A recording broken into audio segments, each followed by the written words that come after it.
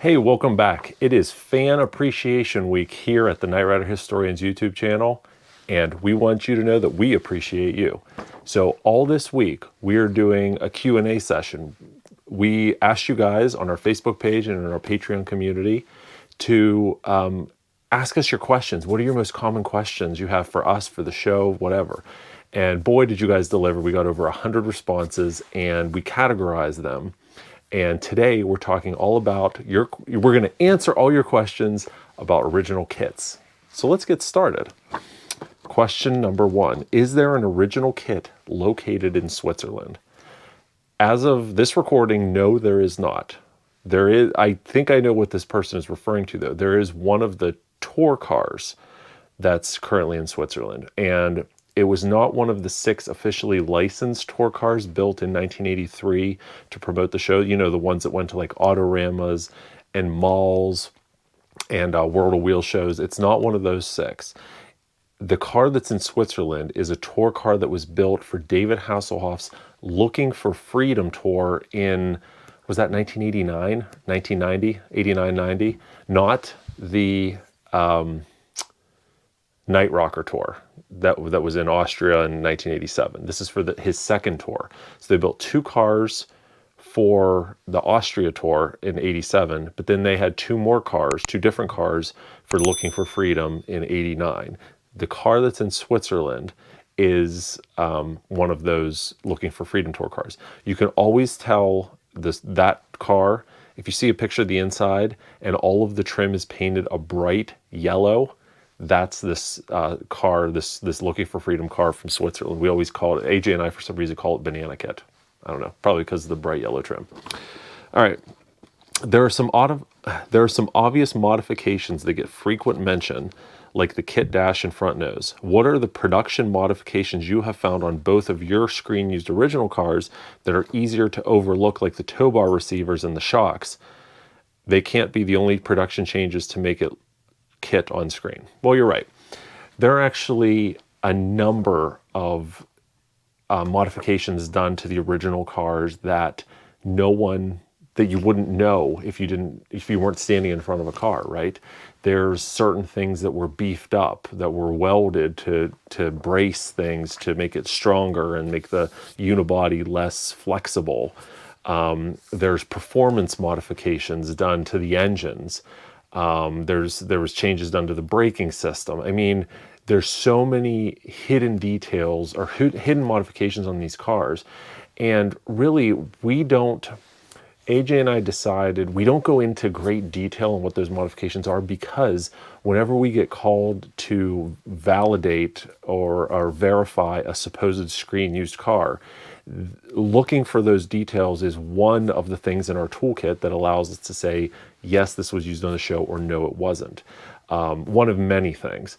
So some of those details we keep quiet, because if we told it to the public, then we could see maybe some of the more nefarious people that are out there might want to put those changes on a Trans Am to try and fool us. Because at this point, any of the major auction houses, Profiles in History, Julian's Auctions, a lot of these high-profile auction houses, we know them. In fact, anytime a Knight Rider prop comes up in one of these auctions, we usually get a call or a heads up to verify. And we've actually debunked, is it 2? I think 2 Trans Ams that were supposedly screen used but actually weren't. So some of that stuff we keep quiet, but yes, there are definitely hidden modifications on these cars from when they were used on the show. All right, let's move on. Question 3. Have any of the cast seen your original cars since Knight Rider was canceled, obviously? Yeah, actually, so the backup to the hero car, the one that's currently in the Peterson Museum in Los Angeles, we actually arranged a private showing of that car to Patricia McPherson back in, I think it was 2008 or 2009. And we met up with her and we showed her the car, and it was a fantastic moment. Rebecca Holden has also been reunited with this backup to the hero car.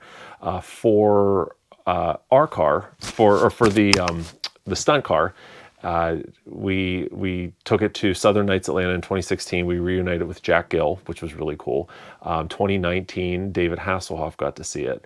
And we've also reunited the car with a number of people from behind the scenes that you maybe wouldn't know, so crew members. Ron Martinez has seen it, unit production manager for the show, and also a number of people from the transportation department have seen it. So to answer your question, yes, a number of people have seen it. I can't remember if Peter Peros saw the backup to the hero car or not. He might have. He hasn't seen the other one. And of course, we are really, really hoping that we get Peter to reunite with the semi when it's done. So hopefully we can make that happen. All right, next question. On the kit car that AJ has, meaning the one in the Pearson Museum, do the ejection seats actually work? No. They don't. You probably saw in one of the episode commentaries, maybe Good Night's Work or Nightmares, where I mentioned that it was AJ's car that was used for the seat lifting up when Michael's falling down out of the apartment complex, the seat lifts up. That's AJ's car, and they cut a giant hole in the floor for that. But the ejection, they did have a working ejection seat in the backup to the hero car that they used in the first season. They used it in Trust Doesn't Rust when Tony gets ejected out of car. That was our car. But no, that was a mechanism that was placed in the car that was then removed. So there's no working ejection seats in any of our cars, unfortunately. The backup to the hero car does have the high traction drop downs, which we mentioned, that so there's some pieces missing, but we fully intend to repair that and get them working again. All right, so in regards to all of the kit Trans Ams used in filming, did any of them have high-performance engine drivetrain improvements for filming, or were they all just stock equipment from the factory? I was curious if they just used standard 305s for stunt work, or any were souped up, or had a 350 or big block. So yes, yeah, they did modify a lot of the cars. The two cars that we have, so the backup to the hero car still has actually both cars still have their numbers matching original 305 engines, which is kind of cool. But they both have a hotter cam in them, and you can hear it whenever you run it. And that was a common modification they made to all the cars. But we've heard through Jack Gill that they put 350s in some of the cars. They had one car that had nitrous, according to him. None of those cars still exist. Let me think this through. So out of the 5 cars that still exist, 3 of them still have their original engine. No, 4 of them still have their original engine. The convertible is only a V6, but it's its original engine. Then there's one car that has a replacement engine, but it's a 305 replacement. It's not a 350. So none of the ones that survived have anything other than a 305 or the V6 for the convertible. For transmissions, most of the cars, they swapped transmissions out for 3-speed turbo 350 automatic. The one exception is AJ's car, the backup to the hero car. It still has its factory metric 200C transmission from the factory. So there you go. Is the kit that Hasselhoff sold a year or 2 ago one of the screen use cars? No. David Hasselhoff has never, ever, ever owned an original screen used Knight Rider car. All of the different cars he's had over the years were replicas. And most of them were replicas that were built like within the last 10 or 15 years. I remember there was the one with the Lambo doors, and then he just recently sold another one. I think it sold for like $450,000, something ridiculous. But it was just a replica that was built. It was in no way screen used. He's never owned.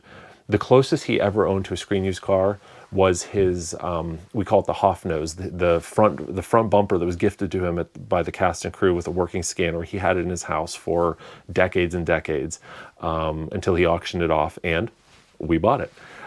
So that was the closest he ever got to owning an original car. He had the front bumper from one.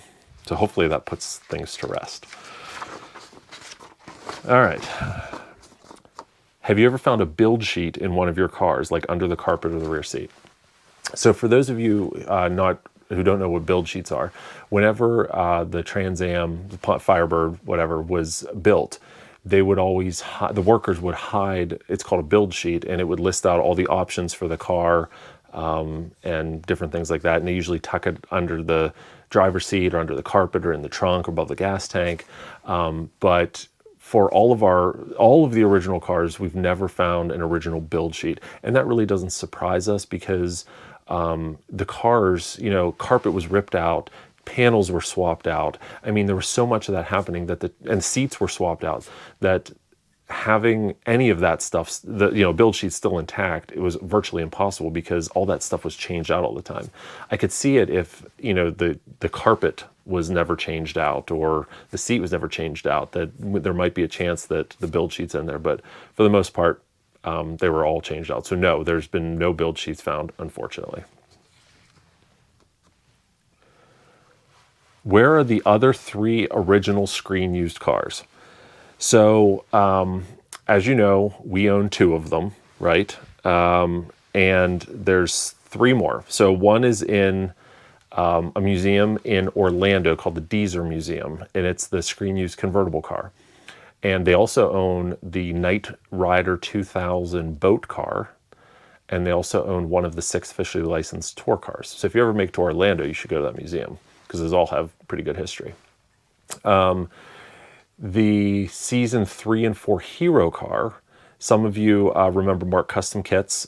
He did some work on that car a number of years ago. It was exported and now it's over in the UK in private hands. And then I guess the third one is the original Michael Chaffee hero car that was later converted to the right-hand blind drive car. That one was in the Cruise Automotive Museum in Auburn, Indiana for decades. And just within the last couple of years, it finally went off display. And then the person that owned it, who bought it from Universal, actually sold it. And now it's in private hands in California. So those are your cars. So your best chance if you want to see a screen used car is either to come to one of our upcoming shows here in 2022, which again we'll be announcing soon on this channel, or to go to Orlando and see the convertible. Is your kit a driver or a trailer queen? It is 100% a trailer queen. None of the 5 original cars are driven on the road. They're all trailered in enclosed trailers too. And there's a couple reasons for that. One is they're irreplaceable, right? If something happened, you just can't go out and get another one. There's only 5 left in the world. Also, there's the modifications I was talking about earlier, there's also special markings underneath the car, different things like that we just, you don't want grime and road, if the roads are wet, you don't want all that ruining those markings. And also, out of the cars we have, the stunt car we have has less than 600 original miles. AJ's, the backup to the hero car, has about 2,200 original miles. And we don't want to rack up the miles on these cars. So they're always trailered to locations, never, ever, ever driven on the roads. Also would like to know how many times the acrylic windowed roll cage jump car was replaced during the run of the show. That's a great question. I can tell you that roll cage acrylic window jump car was at least 2 Trans Ams, with the second Trans Am being a train wreck Trans Am. Our research has uncovered that. Was it more than 2 Trans Ams? It's very, very possible, right? We know some of the cars used in the show were the same Trans Am throughout the whole 4 years. But then we know other ones, like that roll cage jump car, was swapped out because, just think about those jumps and those landings. They can only repair the car so many times. So to answer your question, at least 2. The first one was one of the original cars procured for the pilot. And then the second one was definitely a train wreck car. And we don't know if there were any others. We know that the train wreck car was used in season 4 as the jump car. So we don't know if there was any in between those 2. Very well could be. How many vehicles were destroyed during the filming of the show? I guess that kind of ties into the last question. We don't 100% know.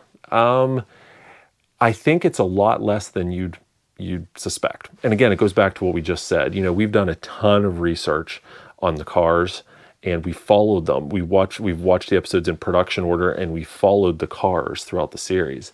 And the highest number of Trans Ams that were destroyed happened during the beginning of season 2 filming, which is when they really had that surplus of train wreck cars.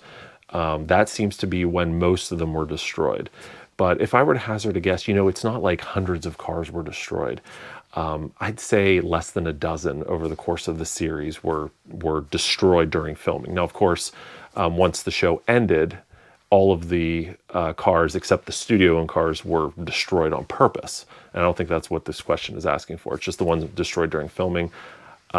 Less than a dozen, could be half a dozen. I don't think it was as many people think. This certainly wasn't like the Dukes of Hazzard with the number of General Lees they destroyed. That's it. How about that? Wow, that was a lot of questions.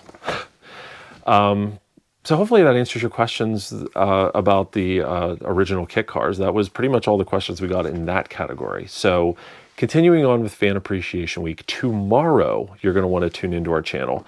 Tomorrow we're talking about questions related to the Semi, Knight Rider replicas, and there's even a Team Knight Rider question and a few other ones.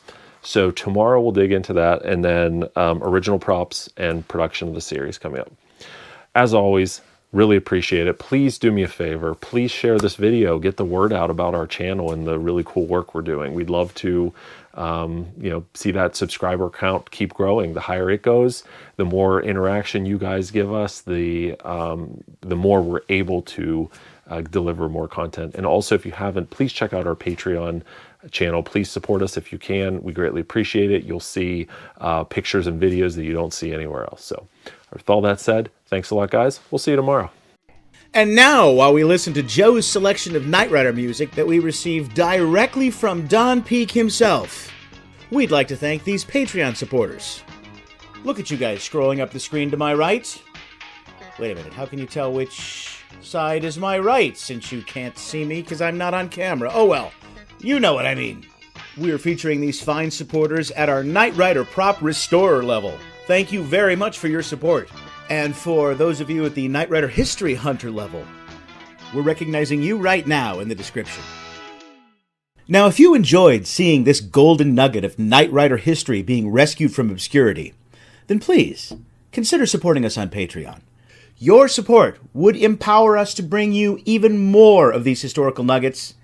We are the Knight Rider Historians. Till next time, take care, everybody. Bye-bye.